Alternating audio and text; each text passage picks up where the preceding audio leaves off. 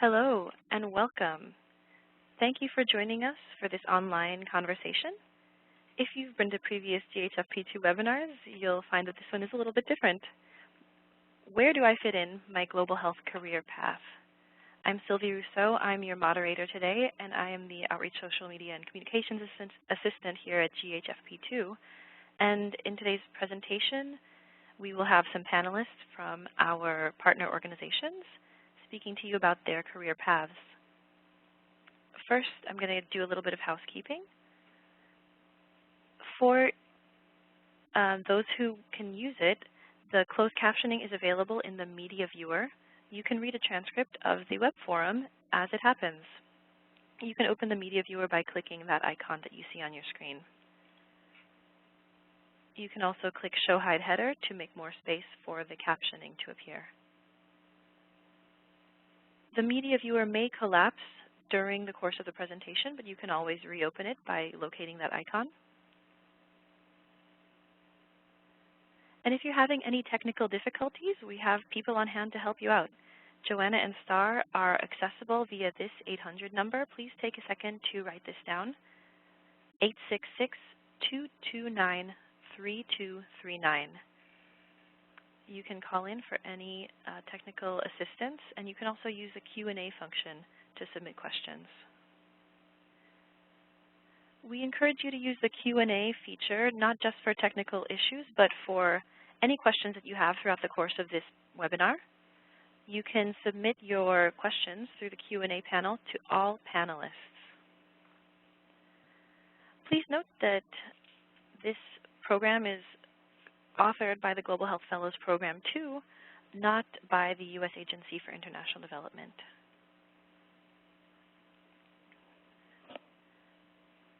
During the course of the presentation, we'll also have a few audience polls, and you will see those polls come up on the panel to the right of the screen. Please choose your answer and then click Submit. And with that, we will actually jump into our first poll. Star, if you could bring that one up. Just to get a sense of who's with us today, we'd like to ask you where you are joining this webinar from a region of the United States or possibly outside of the U.S. Please go ahead and answer that poll. The second question is to tell us a little bit more about who you are. Are you an undergraduate student, somebody who has a bachelor's degree or is a graduate student, currently working in a for-profit corporation, currently working in global health, or something else? And if your answer is E, please go ahead and submit your answer through the Q&A function as well. So this poll will be open for about 2 minutes, and we'll just continue.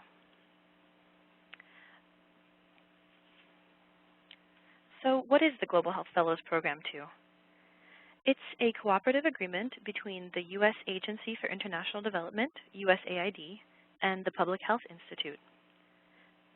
The Public Health Institute implements GHFP-II for USAID in partnership with several groups whom you will see represented today to provide specialized capacity to reach target groups in early career and in the private sector. The Global Health Fellows Program II has at its core fellowships and internships.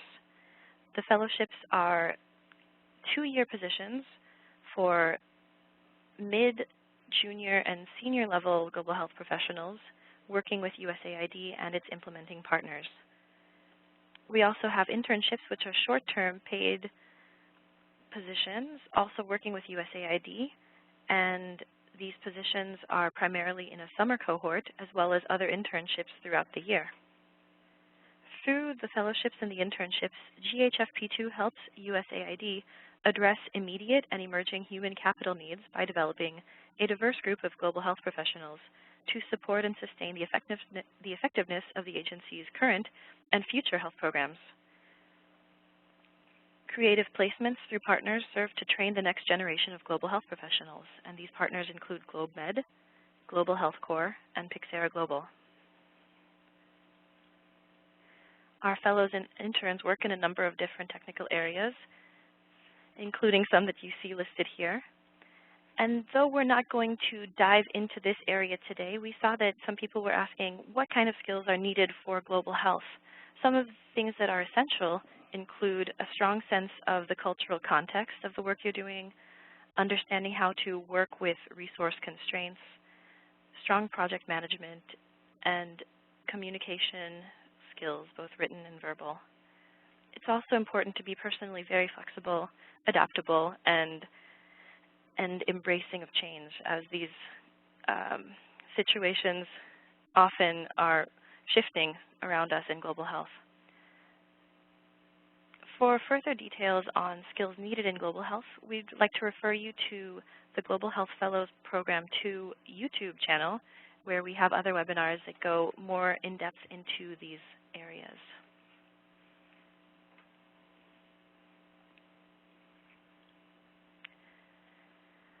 All right, so why is diversity important for global health? Our program, GHFP-II, provides training opportunities and professional development to emerging leaders in global health, and doing so helps the USAID reflect the diversity of the American people. The appeal to the next generation. As our educational system becomes more accessible to more people, we have an increasing pool of talent with an increasing body of experience. Global health benefits from establishing and maintaining strong ties with the richness of diversity of the emerging health professionals in this country. Looking at returns on global investment, global health issues have consequences that affect the interests of American citizens. A broader cross-section of Americans should have input into issues that will affect us. Diversity matters for adaptability. With a broader range of skills, experience, and capacities, we'll be able to more rapidly adapt to challenges in a field that constantly demands new ideas. Diversity also helps us be more effective and relevant. With more points of view, we can create more creative and open spaces, reduce our blind spots, and make health gains faster. We can be most effective when members of our workforce have direct exposure to the circumstances and dynamics experienced by the populations we serve. In the Global Health Fellows Program II, we talk often about this concept of distance traveled. Distance traveled captures the idea of an applicant, captures the ability of an applicant to overcome an array of life challenges. These can include under-resourced primary and secondary schools, loss of a parent, or other difficult life circumstances. We try to take a view of the whole person, not just your demographics. So diversity is a very important part of our program, and it's integrated into many of the activities that we undertake. And traveling those many distances, you will come across people who have many different pathways through global health. We'd like to ask now for the results from polls 1 and 2, please, to see a little bit about the pathways that our audience is undertaking. If we could have those results, please, Star. Thank you very much.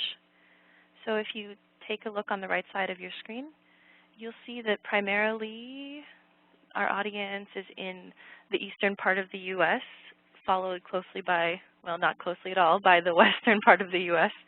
And approximately 37% of you out there are bachelor's degree holders or graduate students.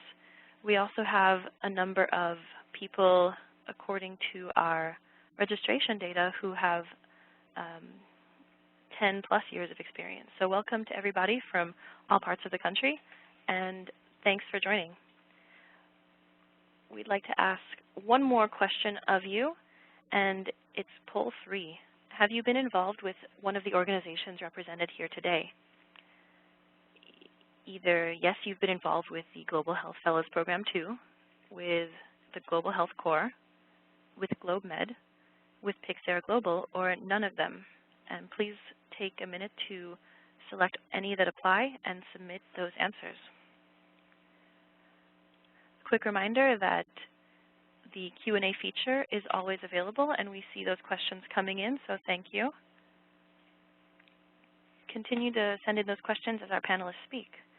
Now I'd like to invite our first panelist to take the floor, Diana Abreu.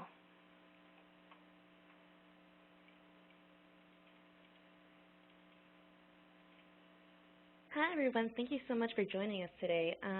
My name is Diana Brew. I am a third-year undergraduate student at Georgetown University studying healthcare management and policy, and I've just added a public health minor to this, so I'm really excited to dig into that. Today I'll be providing the student perspective on the panel and really focusing on how GlobeMed and Global Health Fellows have really given me the opportunity to verbalize my passion for global health and therefore help shape my career path. But before we go into that, I want to say a little bit more about myself. So I am a South Bronx native, born and raised, and I think I always look at the South Bronx as being the origin of my global health passion because that's when at a young age I was asking these questions about health disparities, and I saw health inequities and food disparities as well. And so that's why I always say that within global health, you have these very large questions or very simple questions with not so simple answers. And so I always see how wherever I travel, whether it be Guatemala, Jamaica, or any other country, I try to make those connections that I find relative to healthcare in those countries back to the South Bronx. And something that I saw in Guatemala in connection to the South Bronx was just mental health and how not just in Guatemala but also in the South Bronx, mental health is always at the back burner of our healthcare system. So that was a lesson that I learned, a connection that I made while I was there. I first started my story with GlobeMed as a Grow Internship Coordinator, and today I am the co-president of GlobeMed Georgetown. GlobeMed seeks to form partnerships with university chapters and grassroots organizations abroad, and I'm sure that Alexis, the next panelist, will kind of speak a little bit more to that. But what I love about GlobeMed is that it empowers students to have a role within global health, and so I always say that with Primeros Pasos Clinic, we tell a story. We tell a story about what happens when students are empowered to be global health leaders, and I love that GlobeMed says, you know, students should empower and they should be empowered, and here are some resources and here's the community to make that happen. Our partner, Primeros Pasos Clinic, I had the opportunity to attend the Grow internship and spend 2 months with them this summer, where we were able to completely revamp their health education curriculum and initiate a data informatics system so that they can track children at the clinic a little bit more efficiently. But I think that the most rewarding part was really being able to work on our partnership, and that was a big takeaway for me. No partnership is perfect. And we were really able to sit down with Primeros Pasos and people at the clinic and say, you know, this is a partnership of mutual growth and mutual learning. It's not just GlobeMed giving to the clinic. It's not just GlobeMed giving capital and all these resources. It's also Primeros Pasos giving back to us and helping us through some of the organizational issues that we have on campus. And that kind of leads me to not just talking about the global impact that GlobeMed allows us to do, but also just the domestic impact at Georgetown's campus. I think that any fundraising event that we have is an opportunity to be advocates, to really tell people what's going on with parasitic infections in Guatemala, what's going on with our partner. So I love that it's allowed me to make that two-sided impact. Nonetheless, I think that as co-president now, I've been co-president for the last 4 months, and I think that after the Grow internship, I've been able to really visualize and see things from the eyes of our partner, and I think that has made me a better leader. And I also love how within my GlobeMed organization here on campus, I'm able to see the different skill sets of GlobeMeders, and I'm always telling them to maximize their skills, that marketing plays a role in global health, and all these different skill sets that we have also play a role within global health. You don't have to be this global health encyclopedia in order to really play your part within GlobeMed.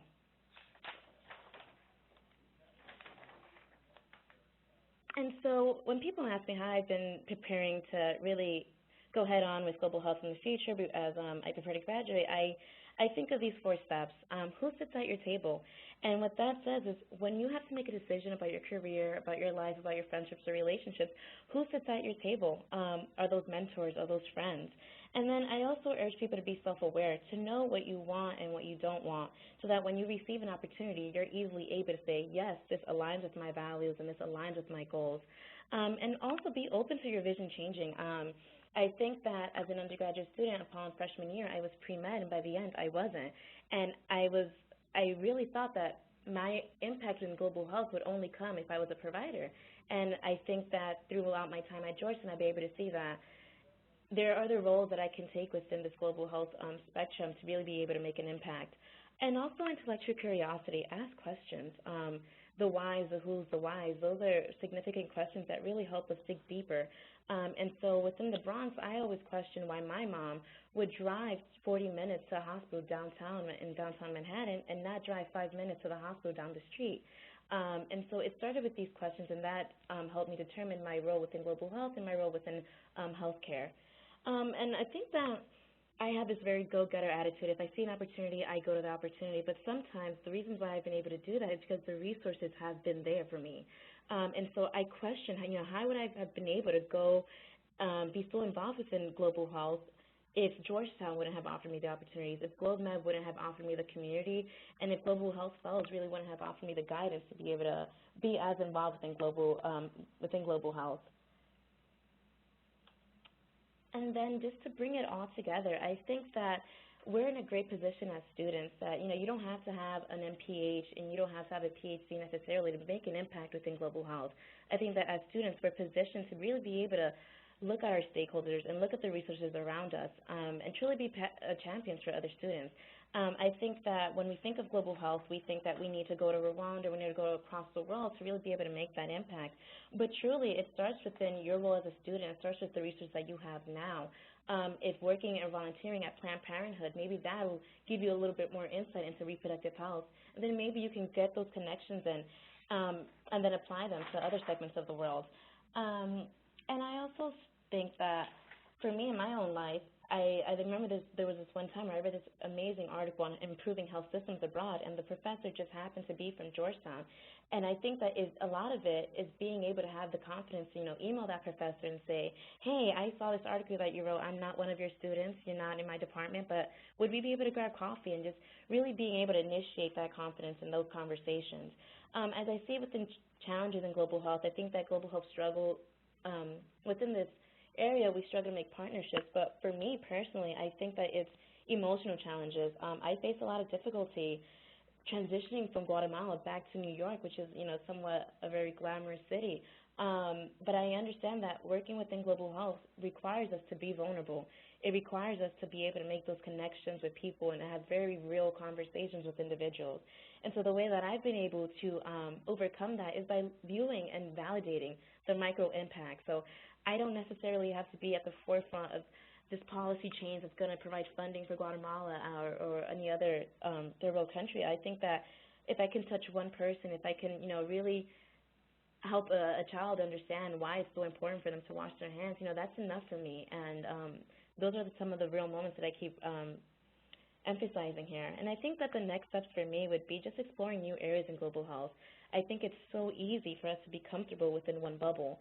And for me, that's community health, and to say, I know so much about this, but I think that what's so amazing about global health is that there's so many different areas to study, so many different areas to dive into. And so for me, I've been looking at different nonprofits and advocacy centers that allow me the opportunity to do that. And so something that I've been really looking into now is stepping away from my community health bubble and looking at structural violence and environmental hazards and all these different areas that global health really allows us the opportunity to kind of dive into.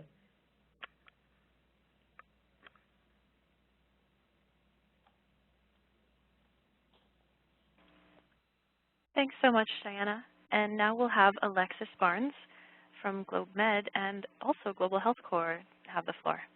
Alexis? Hi, thanks everyone for listening to us today. My name is Alexis Barnes. I'm the Director of Learning and Training for GlobeMed, the national office where Diana is a co-president of a chapter at Georgetown. I was also formerly a Global Health Corps Fellow. I was a program manager in Uganda for an organization called the Impoma Community HIV/AIDS Initiative. So I thought I would start out by telling a little bit about myself, how it's informing my work currently, and then also how what we're doing as GlobeMed. So I grew up in Portland, Oregon. I went to University of Oregon, and after my sophomore year of college, I had this little life crisis that was stemming from a loss of a parent earlier in my life, and I decided to take a few years off and just start traveling the world and really figure out what it was that I wanted to spend the rest of my life doing. So along the way, I was asking everyone I met, what were you interested in doing and what do you do now? What did you study and what do you do now? And just in case you're curious, I saw almost no correlation between those two questions. But during my travels, I found myself in Cambodia, and I had rented a bicycle, and I was riding out to visit this floating village that was right outside of Siem Reap. And on the path, I passed this family of 4 who were all on their hands and knees scooping up this rice that had fallen out of a broken bag that was propped up on the back of their bicycle. And I remember thinking, like, oh man, that's rough. Wow, it's really hot, and I'm going to keep going. A few hours later, I was on my way back, and I passed them again. And they were still there. They were still picking up the rice. And it really struck me in that moment that this is a family of 4, just like my family of 4, but they were so food insecure that they were in a situation where every single grain of rice mattered. And I had never been in a situation where every grain of rice mattered or made a difference in my home, and I knew that I most likely never would be.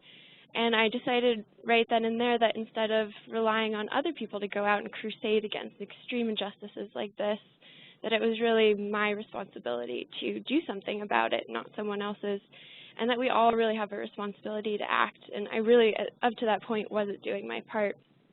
So I returned to Oregon feeling pretty confident in pursuing a bachelor's in international studies. It reflected my interests, but I didn't really feel that confident that it would give me a skill set that was useful in getting a job. So I packed up after I graduated. I moved to D.C., where I soon discovered that I was really only qualified to be an intern for the rest of my life.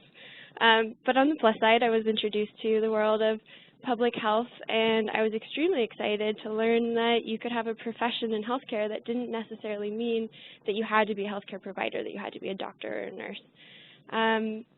I decided I also needed to get a little bit more field experience, so I moved to South America. I got a position with the Ministry of Education in Chile, and that's where I really started discovering the power of education initiatives, and I decided that I wanted to pursue a master's degree in international public health, really hoping to find a role for education within that. And at University of Sydney, I was in a really diverse classroom. I had a really interesting experience where I had the opportunity to learn from those that had real lived experiences rather than just from those who had, developed interventions during their field work. So to give you an example of that, I remember I was in a discussion group where we were brainstorming interventions around diarrhea for young children, and I was racking my brain, and a fellow student from Lesotho said, well, in my village, we would sing the song to remember the formula for ORS, for oral rehydration solution. And then she proceeded to sing us the whole song for us. And I mean, I'm not going to get into the other stories she told us around what happens when you ingest a lot of potassium from bananas. But in short, it really hit home that these solutions they already exist, and we're just really not listening, that we're not empowering those with lived experiences to tell their story and to learn from them. And I also realized that I had been operating with this very Western perspective that had been informing my work up until then, and that was slowly changing. So after I graduated from University of Sydney, I became a Global Health Corps Fellow and spent the next year and a half in Uganda working alongside fellows from every sector. We had policy fellows, we had fellows in architecture, we had fellows in education and monitoring and evaluation, and 4 times a year we were sitting around the same table hashing out our biggest problems of what was happening at our organizations in order to create successful solutions. So now I have the opportunity where I'm working at GlobeMed, and my role is really around education and empowerment. And now I see as a trainer that the same global health principles around health work is really applicable to the global health workforce, that we really need to see a push to center the voices of those who are impacted most by these issues. And I would also echo that everyone on this call has seen how difficult it can be to really figure out what your role can be in global health, and that we really need to strengthen this pipeline that can get those that have the talent and the passion for this work into the positions where they can actually make a difference. So at GlobeMed, we really take on this middle piece of the pipeline at the undergraduate level. So we currently have about 2,000 undergraduate students that are in GlobeMed at 56 campuses around the country, all of which follow this national curriculum, which really puts a few key concepts into focus. The first one is that leadership matters, that the systems that are currently in place are only as effective as those who put them into action. So sort of some of the same things that Diana was saying earlier about being self-aware, about, really listening and connecting with the people that you're working with. Those leadership practices really are essential to being successful. And the other piece is that diversity matters, that complex problems really require a multi-stakeholder dialogue to create effective solutions. So in 20 years, GlobeMed will have about 15,000 young people who will hopefully listen to local communities, who will value local leadership, and will have a really deep understanding of how to make the change that we want to see happen. In 20 years, we could have a network of young people pushing from the top in their positions of power and privilege, while also working from the bottom, working alongside their community partners. We envision 15,000 advocates that are equipped with the skills to create radical change. So I think that brings us to now, what's happening today. And I think we can really see that global health engagement is rapidly increasing, particularly on college campuses around the U.S. Global health initiatives on campuses have tripled every 5 years since 2000. And I think we really have the opportunity to advocate for a new generation of global health change makers who are already putting a social lens on the work that they're doing, that they understand the social determinants of health and how to empower and center the voices of those that are most impacted. And at GlobeMed, we're in the middle of rolling out a diversity and inclusion initiative which helps to lower barriers for more students to be involved in the work and the programs that we do. And I've talked a little bit about how we do that through our curriculum, but we're also actively diversifying our network by expanding to minority-serving institutions, including Hispanic-serving institutions and historically Black colleges and universities. So students that are really passionate and interested have the opportunity to be included in our programs. And it is a bit early in the process, but we're already seeing a big shift in the kinds of conversations that happen when we gather our network at our events throughout the year. And then we're also partnering with other organizations to really help strengthen that pipeline. So we work with Faces for the Future, who is really focusing at the high school level. And then, of course, Global Health Corps, who is helping young professionals across all sectors get their foot in the door. And then Global Health Fellows Program as well. So I think I might have run a little bit over my time, but thank you so much for listening to my story. And I believe Rebecca Miller is up next.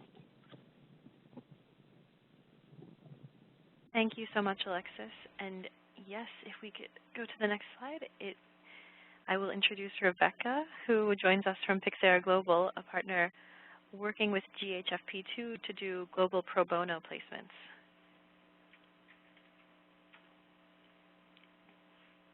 All right, Rebecca, if you want to take the floor. Okay, great. Good afternoon, everybody. My name is Rebecca Miller. I'm a Senior Program Coordinator at PYXERA Global, where I implement international corporate volunteerism programs for the pharmaceutical industry and for a technology company. I have been at PYXERA Global for just about 2.5 years now, where my work focuses on engaging and developing global health champions in corporations. So a little bit of a unique perspective from both Alexis and Diana here. So I'm very curious to see this poll, to see how many of you actually know who PYXERA Global is. But for those of you who don't know, I'll share with you. PYXERA Global is a nonprofit international development organization based in Washington, D.C. We were founded 25 years ago exactly, after the fall of the Berlin Wall, by a charter of Congress. And initially our charter was to help rebuild the Soviet Union, help with economic development activities through volunteer resources based out of the U.S. And then we now have expanded into 90 countries. So our work has a similar background, but we've expanded quite a bit, excuse me. So we partner with global corporations, namely CSR, corporate social responsibility departments, the U.S. government in the form of the U.S. Agency for International Development, and the Public Health Institute as well. So of course, public health is an area in which we work, although we do work in many other sectors as well. So our mission and vision, our goal is to enrich lives and livelihoods worldwide, inclusively and sustainably, Our mission is to reinvent how public, private, and social interests converge to address global challenges. And our vision is a culture of sustained collaboration that improves lives and communities worldwide. So I'm going to give you two examples of particularly strong public-private partnerships that have really worked to strengthen healthcare in neglected communities through the resources leveraged by the private sector. So I'm going to set the stage here for you all a little bit. Imagine you're in rural Nepal. You fly into Kathmandu. You're going to work in this clinic, which is about a 3 to 4 hour plane ride away from Kathmandu, and then about a 10-hour Jeep ride into the rural Nepal into the Himalayas. So in 2014, Merck and PYXERA Global partnered with an organization called Possible Health, which is which provides a clinic in rural Nepal. They had a particularly challenging issue where they struggled to get their drugs and some of the tools and other resources from the capital, from Kathmandu, to the clinic to provide high quality, affordable health care for their patients. So Merck, with the help from their 3 employees, 2 from the United States and 1 from the Netherlands, one was a mid-level career professional, one was a senior professional, and one was an executive, lived and worked alongside the staff of this organization to help them solve the most challenging problem that they were having, which is the supply chain issue. So the Merck Fellows spent 3 months defining and designing a supply chain strategy, as well as thinking of a way to develop an inventory tracking system so that they could keep track of the drugs and some of the medical devices that they that they needed to treat their 200,000 patients. So this is just one example of how, when pairing the best minds from pharmaceutical companies and corporations paired with organizations on the ground, can provide really great health outcomes. The second example here is now based out of Nairobi, Kenya. So there are not many options for quality maternal care for women in Nairobi, Kenya. So in 2014 as well, Merck and PYXERA Global partnered with an organization, which is actually a USAID implementing partner, called Jacaranda Health, who was trying to fill this need. And they set up a private clinic which provides high quality and affordable health care for women. And so their one pain point was really the best way to train their sales staff so that they could effectively communicate their service offerings to women, general women in the Nairobi public. And so what the Merck Fellows did was they developed a sales training strategy, and they spent these 3 months living and working alongside the staff of Jacaranda Health, and they were able to effectively train these community mobilizers and additional sales staff on how to best and more effectively talk about Jacaranda Health services. And again, these are just 2 representative examples of really the best of a solid way of how to pair best minds from companies to with global health organizations to have positive health outcomes. So you might be asking yourself, why do corporations, why do they want to engage in these types of programs? Why do they send their employees for 3 months to work alongside a global health organization? Well, as you can see here, 96% of participants from one company surveyed reported extraordinary or substantial skill gains. So by taking employees of corporations outside of their headquarters, they really get a new perspective to their work. They get this patient perspective, which they wouldn't otherwise have. We put them on the ground for 1 month to 3 months, where they have a new opportunity to see what the global healthcare landscape is like in some of the communities that they work in. And of course, we have to talk about the local client benefits. So why are these clients, why are they choosing to participate in these types of programs. Well, as you can see here from this chart, these local clients are really getting a transfer of knowledge and training which they wouldn't otherwise have. As some of you working in global health know, many nonprofit organizations struggle with the resources to develop their human capital, and these programs that leverage the skills of these corporate volunteers are a great opportunity to really build up the skills and capacity of the next generation of global health professionals. And so, as you can see from my experience, my work at PYXERA Global, this is, I come from a very non-technical background, and there are other ways for you all who are looking to pursue non-technical careers in global health. So thank you.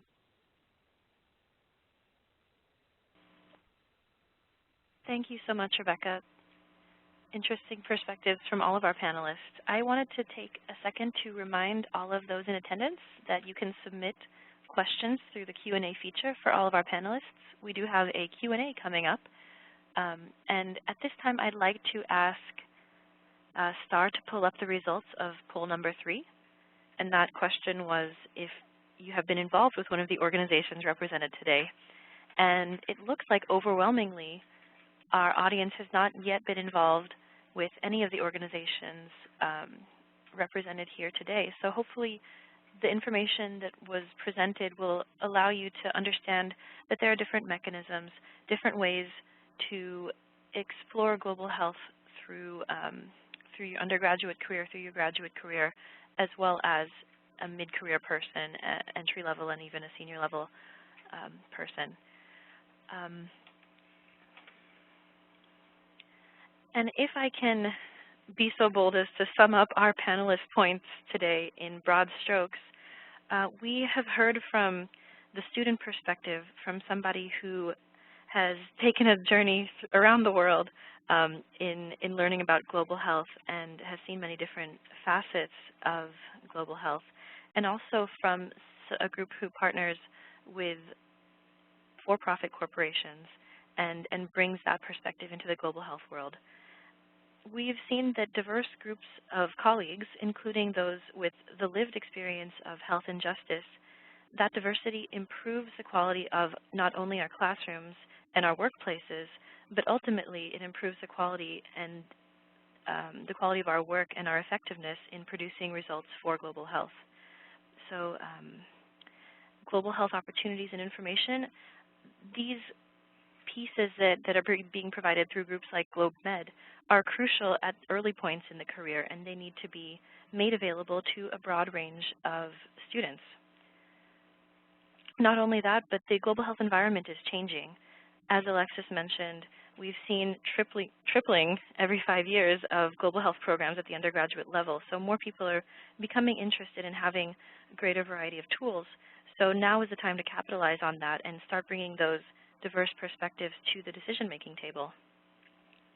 Not only this, but opportunities for seasoned professionals from different professional backgrounds brings in new stakeholders with new resources that can create mutual benefits for health. So to get to our Q&A, we see a lot of great questions coming in. Please continue to send those in through the Q&A panel. The first question that we have here is from Juan Carlos Rejon Parilla, and he's asking, how many years of work experience would you need to be considered a junior, mid-career, or senior candidate? And I'll answer that question in terms of the Global Health Fellows Program too. GHFP-II has fellowships that actually specify the number of years required for each individual position. Generally, they're around 0 to 7 years for the junior level. Mid-career is 5 to 10 years, and senior candidates typically have 10, 15, 20 plus years of experience. So it's a general range. There is a question about somebody who's participated in GlobeMed as an undergraduate, but graduated a number of years ago. The question is if that experience from 5 or so years ago is still relevant on this CV. And if so, how can that person make it stand out when applying to different positions? Maybe, Alexis, you would have some insight on this?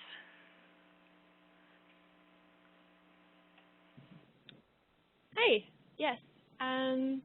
Yeah, I would say that I think it's definitely still relevant because what it shows is that your interest in global health is something that's kind of part of your professional development. It's not something that maybe you're looking to dabble in for the first time, but I think it would show a potential employer that it's something that you have been working on for 5+ years already, that you've been thinking about, that this is a lens through which you see your work.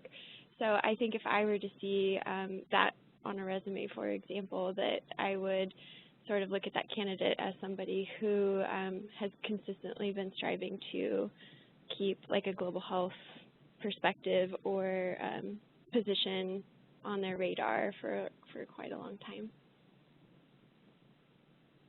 Thanks, Alexis. Did anybody else want to chime in on this question?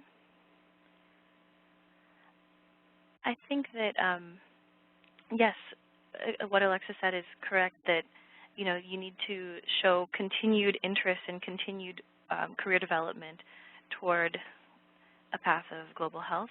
This can include volunteer work in your local community, as Diana mentioned, and a focus on serving the underserved.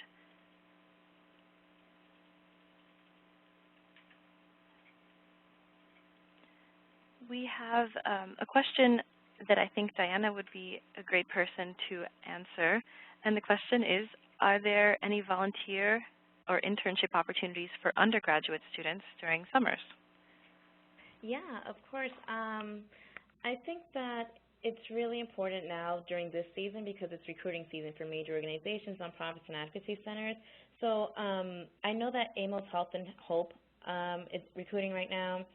Gardens for Health International, Citizen Schools, Partners in Health is also recruiting. And so I think that what it really takes is saying, who do I admire within the global health arena? So, for example, do you admire the WHO? And then reaching out to them and seeing on their website, do they offer internships? And even if it's a nonprofit that doesn't offer internships, maybe you can contact that person and say, hey, I know you don't have an internship program, but I'm really invested in this, and I want to know if at least I could take advantage of an opportunity. So I think it's just looking at who the players are within global health right now and see if they offer internship opportunities. But I know that there certainly are a huge array of different opportunities for undergraduates to take advantage of for the summer. Thanks, Diana. And I would also recommend looking at GlobeMed on your campus. If a GlobeMed chapter doesn't exist, it might be an opportunity to take on a leadership role and establish that chapter and provide then leadership and opportunities for your colleagues, for your classmates to join you in your international work. So GlobeMed is always a good resource. Additionally, Global Health Fellows Program 2 has a website resources available that include job listings and listings of international volunteer opportunities. So you can contact us after this webinar. You can send an email to info@ghfp.net, and we can send you those resources, or you can find them on our website.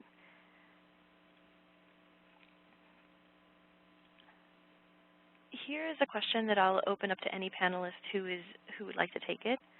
The question is asking, would anyone be able to give advice for somebody trying to transition mid-career, someone who's been in the workforce for a number of years and is trying to switch to global health, currently not enrolled in college?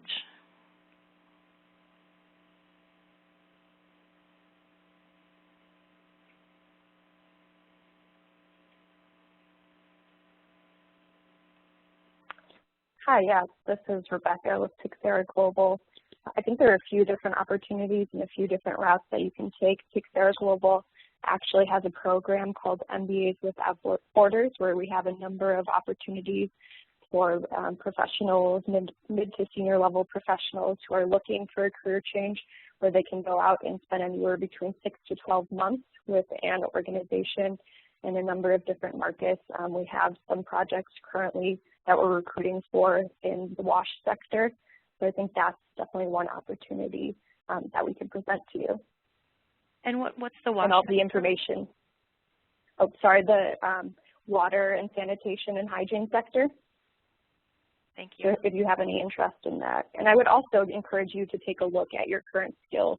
I think before Sylvie mentioned that project management skills are incredibly important in the public health sector, which I would definitely agree with. So I would kind of survey what skills you can bring to the table, and maybe you're able to provide a certain skill set that is lacking in the global health space. And maybe you can tailor your resume and speak to your contacts about opportunities given your particular skill set. Thanks, Rebecca. Any other perspectives on this? We have a lot of questions coming in here, so we're going to try to get to as many as possible. And thank you for continuing to submit those. We have a number of questions here that ask about relating domestic experience to international experience, and how one can transition from maybe a U.S.-based public health career into a more globally oriented career or internationally oriented career. Perhaps, Diana, you can speak to this? Yeah, of course. So I think that it's something I mentioned earlier, right? Like looking at the South Bronx and looking at Guatemala, two completely very different cultures, but I still found connections within that. And I think that within global health, no matter where you are, the problems are the same. They may differ within severity, but I think the questions that we're asking are the same as well. And so I think that there's definitely opportunities to take what you're doing here in the U.S. and transfer that out on a global health perspective. I think that I mentioned looking at like Planned Parenthood in your community, for example, or a nonprofit in your community that focuses on a segment of health, and letting getting a good foundation of that, of how it looks in the U.S., and then I think that encourages you to look out in other countries and see what's going on there. But I think it all comes down to questions that we're asking being the same, and obviously the severity of these problems, like health disparities in the Bronx, is completely different from health disparities in Guatemala, but the questions that we ask to analyze these problems, I think, are still similar. So I would definitely validate that there are connections within that. And this is Rebecca. I would also encourage you to look at headquarters positions. There are a number of global health organizations in DC who recruit for their headquarters. While you might want to end up in the field, I think that's a good way to get initial experience, get the contacts, get in with an organization, and then once you're in, find opportunities internationally. Thanks, Rebecca. Alexis, did you have a comment?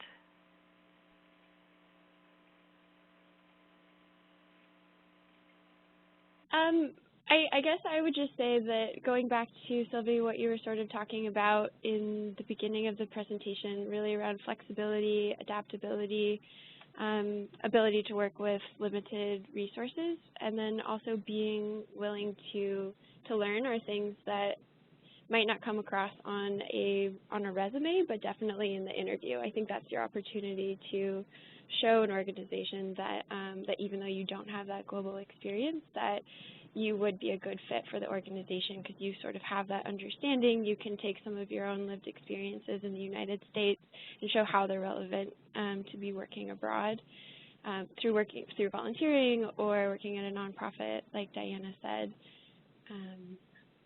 That was just my comment.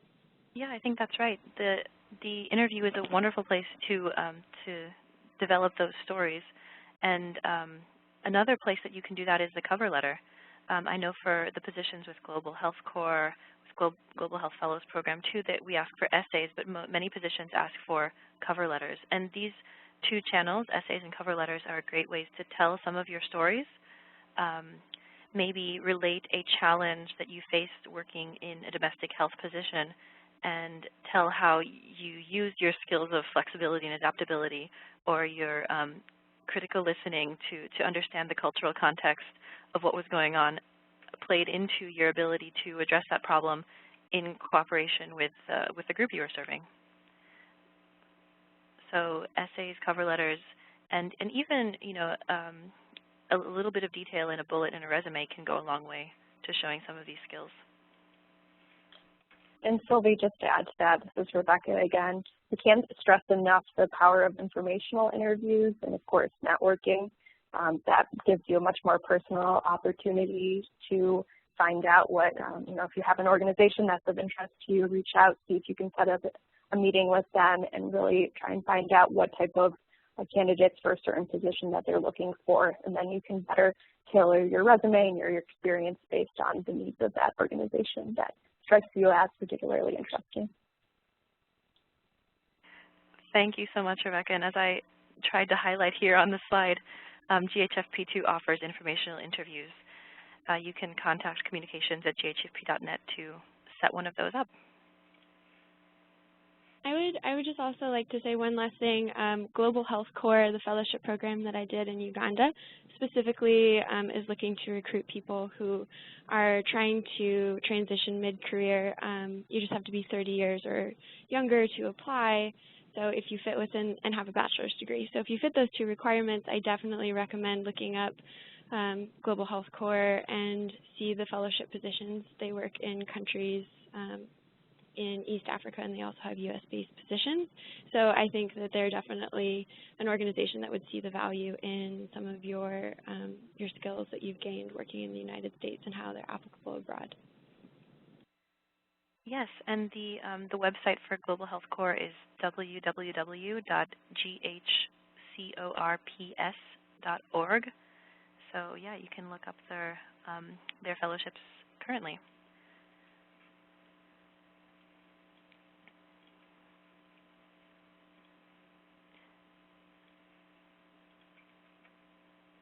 We have a particular, specific question about somebody who's looking to work in contraceptive distribution in developing countries. Are there any particular nonprofits or corporations that any of our panelists would recommend taking a look at?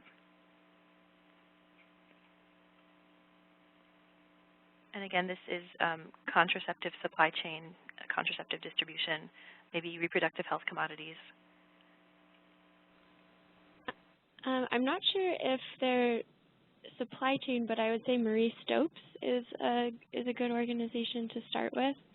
And if they specifically don't do that, then they would probably be able to point you in the right direction.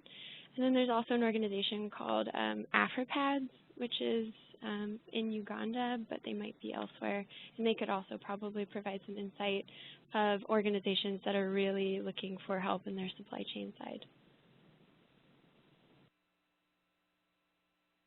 I believe that PSI might be also a good place to start as well. PSI is an organization based in Washington, D.C. They do a lot of behavior change communications, but they originated as a distributor of contraceptives, and I don't know if they still work in that space or they're more focused on marketing now, but I would look into them, as well as another International Planned Parenthood Federation might be a good starting point as well. Another thought might be Pathfinder International that works largely in reproductive health. Thanks for the question and thanks for your answers, panelists. We have a particular question for Diana, and I don't know if you know the specific requirements for this, but somebody would like to know how to start a chapter of GlobeMed at their college campus. Yeah, so I think that if maybe you... generally what the process is, yeah. Yeah, when I had entered GlobeMed, it already was established for 4 years, so I didn't have personal impact with that. However, I'm sure that if you go to the GlobeMed website, they have an option, kind of, how do you start one at your school? And I think that it'd be really interesting to contact Alyssa Smaldino, who's a partnership team, and she may be able to help you, kind of guide you in the right direction. But what I do know from other experiences is that, or from other chapters that I've seen, is that GlobeMed definitely is a supportive factor when students are, in the starting steps of forming a GlobeMed chapter in their university. So you're definitely not alone when you're doing it. But from what I've heard, it's like great support and great assistance in that. But I would encourage you to look at the website. There's definitely a tab to kind of search into that a little bit more. Yeah, just to follow up on what Diana said, if you're interested in starting a chapter at GlobeMed, you can go to our website, go to the Get Involved tab, and then hit Prospective Students, and then you can apply there. Thanks, Diana and Alexis. We have a couple of questions here that are specifically asking about Global Health Fellows Program to fellowships and internships. This one is asking about placements for early to mid-career fellow in health policy and what kind of work they would be able to do in the area of policy research. So to answer this question directly, all of the Global Health Fellows Program fellowships are doing policy advising. So these fellows are technical advisors working on a particular area. So I'll bring this list back up. But most of the positions are very specific with regard to one of these areas or something that's not listed on here. This is really just a sampling. But the positions are very specific. So what you would do is sign up for our mailing list at GHFP.net and monitor the positions that become available and see if there's one to which you can match your skill set and your level of experience, and then you would apply for it. So the positions are very specific, and you just have to find a good match and keep applying. So we've definitely had people who've applied 5, 6, or 7 times, and just due to the nature of the positions, they're pretty competitive. So don't get discouraged. Have informational interviews and apply to a variety of different positions with these organizations that our panelists have mentioned.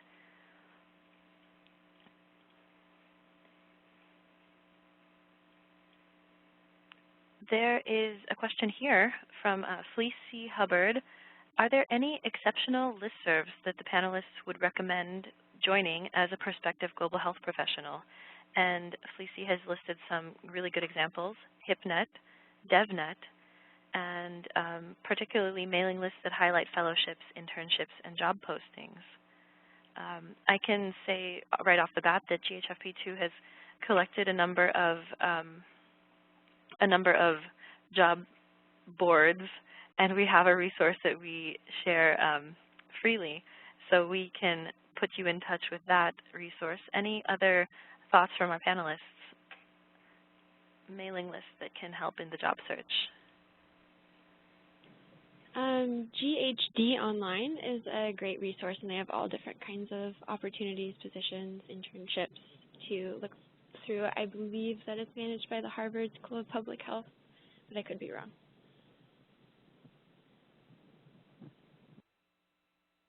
I would also suggest DevX. Has a lot of opportunities in their listserv. And then also PYXERA Global has a magazine, online and print magazine called The New Global Citizen. We don't list jobs on it, but you might get a sense of some new organizations or new topics that you might discover based on reading this magazine called The New Global Citizen.